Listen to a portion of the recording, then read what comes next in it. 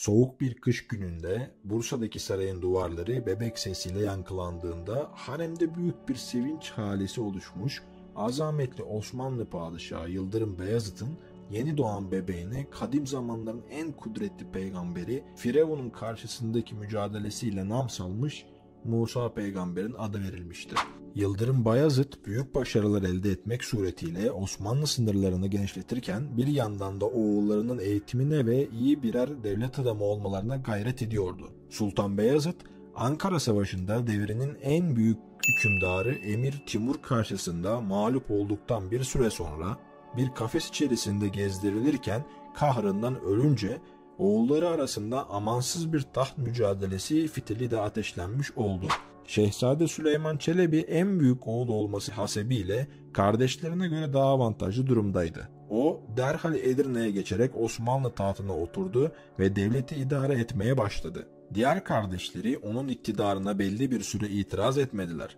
Ancak onun serkeş bir hayat sürmesi, vaktinin büyük bir bölümünü eğlence meclislerinde geçirmesi, fetihlerin durması, devletin toparlanma sürecinin gerçekleşmemesi gibi nedenler Süleyman Çelebi'nin siyasi kariyerinin sonunu getirdi. Vaktiyle kendisini destekleyen ileri gelen devlet adamları ve Yeniçeriler artık mizaç olarak Yıldırım Beyazıt'a daha çok benzeyen, Ankara Savaşı sırasında diğer kardeşlerin aksine sonuna kadar babasının yanında mücadele etmeyi sürdüren ve Timur'un esareti sırasında da yine Sultan Beyazıt'ın yanında bulunan, öldüğünde cenazesini getirip Bursa'ya defneden Musa Çelebi'yi desteklemeye başlamıştı. Musa Çelebi, erken dönem Osmanlı siyasi tarihinin önemli isimlerinden birisi ve mizaç bakımından kardeşlerinden hayli farklı bir karaktere sahipti. Kardeşler arasındaki mücadelenin şiddetlendiği bu dönemde Musa Çelebi hem Vezir-i Azam'ın hem de Yeniçerilerin desteğini yanına almayı başardı.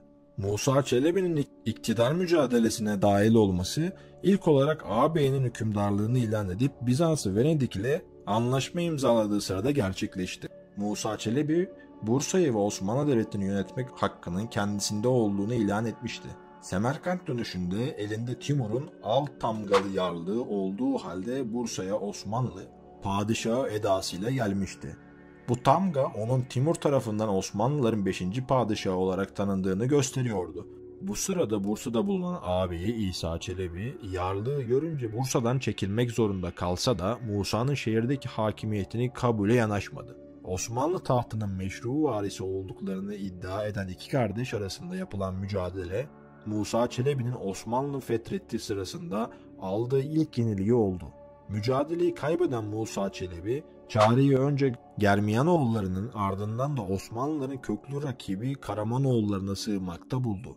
O sırada Amasya ve Sivas havalisini idare eden kardeşi Mehmet Çelebi ise kardeşleri arasındaki mücadeleyi uzaktan seyretmeyi tercih ediyor. Bu arada Anadolu beyleri ile dostluk kurarak kudretini günden güne arttırmaya çalışıyordu. Bu süreçte Timur ile birlikte Semerkant'a gitmek zorunda bırakılan Mustafa ile ağabeyi Süleyman Çelebi tarafından Bizans'ta rehin bırakılan Küçük Kasım haricinde kendisine ait toprağı bulunmayan bir diğer şehzade de Musa idi. Mehmet Çelebi Amasya ve Sivas havalisini, İsa Çelebi Bursa ve Balıkesir havalisini idare ediyordu.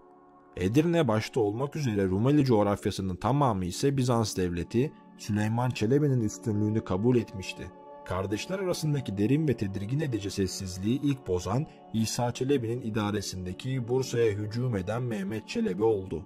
Kısa sürede Anadolu'nun geniş bölümüne hakim olan Mehmet Çelebi, ağabeyi İsa Çelebi'ye karşı üstünlük sağlamayı başardı. Kardeşiyle anlaşmaya çalışan İsa Çelebi, verdiği sözlere sadık kalmayınca Eskişehir'de bir hamamda eğlendiği sırada Mehmet Çelebi'nin adamları tarafından yayının kirişiyle boğulmak suretiyle öldürüldü.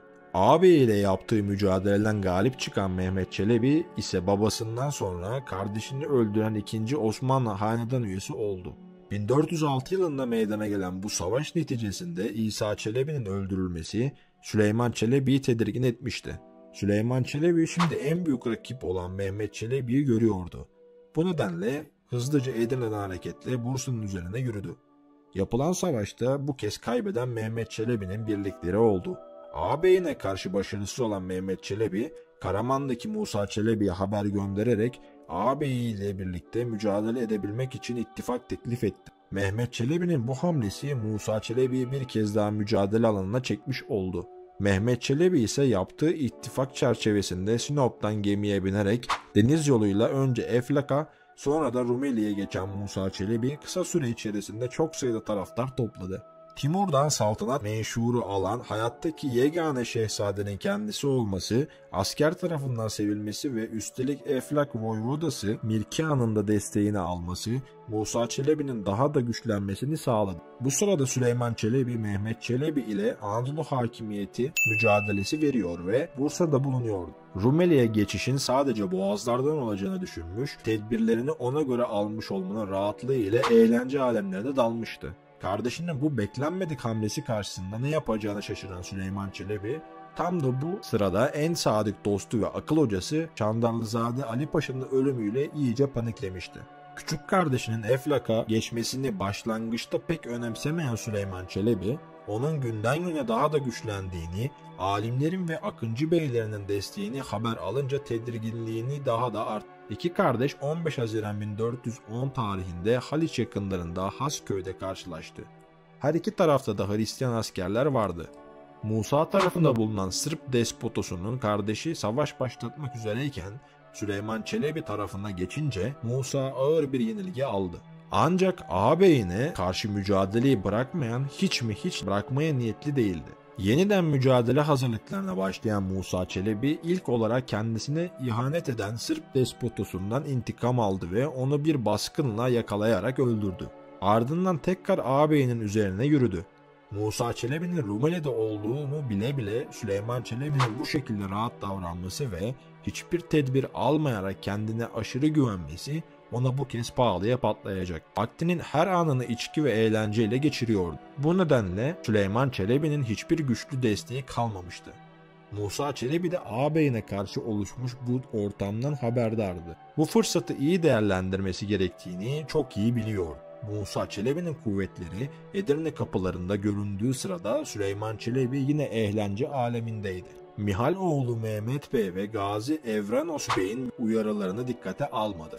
Bu sırada Süleyman Çelebi'nin yanındaki en önemli isimlerden birisi Ankara Savaşı sırasında devletin bekasını onda görüp kendisini savaş meydanından kaçıran Yeniçeri ağası Hasan Ağa'ydı. Hasan Ağa devletin bekasını hala onda görüyor ve efendisini ikinci kez kurtarmak istiyordu. Süleyman Çelebi diğer hatırlı dostlarını dinlemediği gibi onu da dinlemedi. Hatta bir Osmanlı'ya yapılabilecek en büyük aşağılamayı yaparak kılıçla ağanın sakallarını kesti. Herkesin önünde küçük düşürülen Hasan Ağa saraydan çıkar çıkmaz bütün şehri dolaşarak kendisine yapılan bu aşağılamayı halka ve Yeniçerilere gösterdi. Hükümdarı bunaklık ve nankörlükle itham ederek onun Müslümanlara hükümdar olamayacağını bildirdi. Onun hareketine maruz kalan bütün hatırlı dostları Musa Çelebi'nin tarafına geçtiler. Musa Çelebi, Hasan Ağa'nın da yapmış olduğu telkinlerin etkisiyle halkın ve Yeniçerilerin açtığı kapılardan Edirne'ye girerken Süleyman Çelebi İstanbul'a doğru kaçmaya başladı. Yolda öldürüldü. Musa Çelebi ağabeyinin cenazesini büyük bir hürmetle Bursa'ya göndererek babasının yanına defnettirdi. 18 Mayıs 1910'da Süleyman Çelebi'nin bu şekilde öldürülmesi Musa Çelebi'nin Osmanlıların yeni padişahı olması anlamına geliyordu. Ağabeyinin büyük devlet erkanı da kardeş Mehmet Çelebi ile yapacağı mücadelede onun yanında yer aldı. Musa Çelebi, Şah Meliği Vezir, Mihal oğlu Mehmet Bey'i Beylerbeyi, meşhur Osmanlı alemi Şeyh Bedrettin'i ise kazasker tayin ederek devletin kritik kademelerine tayinler yaptı. Yeni padişah ağabeyine oranla çok daha sert, disiplinli, acımasız, zevk ve eğlence hayatından pek hoşlanmayan, gaza geleneğini sürdürmeyi önemseyen, Osmanlıları babasının ihtişamlı yıllarına yeniden döndürmeyi hedefleyen biriydi. Bu amaçla harekete geçen Musa Çelebi, Pırvadi, Mederni, Köprü ve Akçaboğlu'yu ele geçirdi. Bulgar prensinin itaat altına aldı. Sırbistan ve Bulgaristan üzerinden hakimiyetini pekiştiren Musa Çelebi'nin asıl hedefinde ise İstanbul vardı. Babası Yıldırım Beyazıt tarafından 2 kez kuşatılan ancak alınamayan İstanbul'un fethi Musa Çelebi'yi hiç şüphesiz İslam dünyasının en kudretli hükümdarı haline getirecek, kardeşine karşı ise bariz bir üstünlük kurmasını sağlayacaktı. Derhal Bizans'a karşı harekete geçen Musa Çelebi, vaktiyle ağabeyi Süleyman Çelebi'nin Rumeli'ye geçerken yaptığı yardım karşılığında Bizans İmparatorluğu'na terk ettiği toprakları ve Teselya'yı geri aldı. Osmanlı Devleti'nin eski ihtişamlı günleri geri gelmişti. İstanbul'un fethi Musa Çelebi için bir hayal olmanın çok ötesindeydi. Kendinden emin bir şekilde Anadolu'da hala çok kudretli bir rakibi olduğunu göz ardı eden hırslı hükümdar İstanbul'un kuşatılması talimatını verdi. Önemli devlet adamlarından Çandarlı İbrahim Paşa ve vergi almak amacıyla İstanbul'a gönderildi. Ancak Musa Çelebi'ye göre ihanet, Mehmet Çelebi'ye göre sadakat bir kez daha yüzünü göstermişti. İstanbul'a gelen İbrahim Paşa, Musa Çelebi'nin niyetini imparatora aktararak Mehmet Çelebi'nin Bizans'la ittifak yapmasını sağladı. Bizans'ta esir tutulan Süleyman Çelebi'nin oğlu Orhan Çelebi, Musa Çelebi'nin üzerine gönderildi. Bu anlaşma Bizans'ın işine gelmiş, Musa Çelebi kuşatmayı kaldırmak zorunda kalmıştı. Bu olay Musa Çelebi'nin siyasi hayatında ve başarılarında en önemli kırılma noktalarından birisi ve sonunda başlangıcı olmuş. Tecrübeli devlet adamı ve köklü bir aileye mensup olan Çandarlı İbrahim Paşa'nın Musa Çelebi'nin safından ayrılıp Mehmet Çelebi'yi desteklemesi, başta Yeniçeriler olmak üzere sultanı destekleyen devlet adamları arasında da kafa karışıklığına neden olmuş. Siyasi denklemde Mehmet Çelebi bir adım daha avantajlı hale geçmişti. Musa Çelebi'nin küstürdüğü devlet adamı İbrahim Paşa değildi. Mihal oğlu Yahşi, Budak ve Sinan Beyler de kısa süre içerisinde Mehmet Çelebi tarafına geçmişlerdi. İki kardeş arasında 1412 baharında Çatalca yakınlarındaki İnceiz'de yapılan savaş, Musa Çelebi'nin galibiyetiyle sonuçlanmış, tüm desteğe rağmen Mehmet Çelebi istediği sonucu elde edememişti. Kendisine güveni gelen Musa Çelebi ise Sırbistan üzerine yürüyerek Nova Berda başta olmak üzere pek çok şehir ve kaleyi ele geçirdi. Musa Çelebi'nin kendisine karşı kurulan tüm ittifaklara karşı başarısını günden güne daha da arttırmasına rağmen kardeşine karşı başarısız olup Anadolu'ya çekilen Mehmet Çelebi'ye olan destek artmaya devam ediyordu.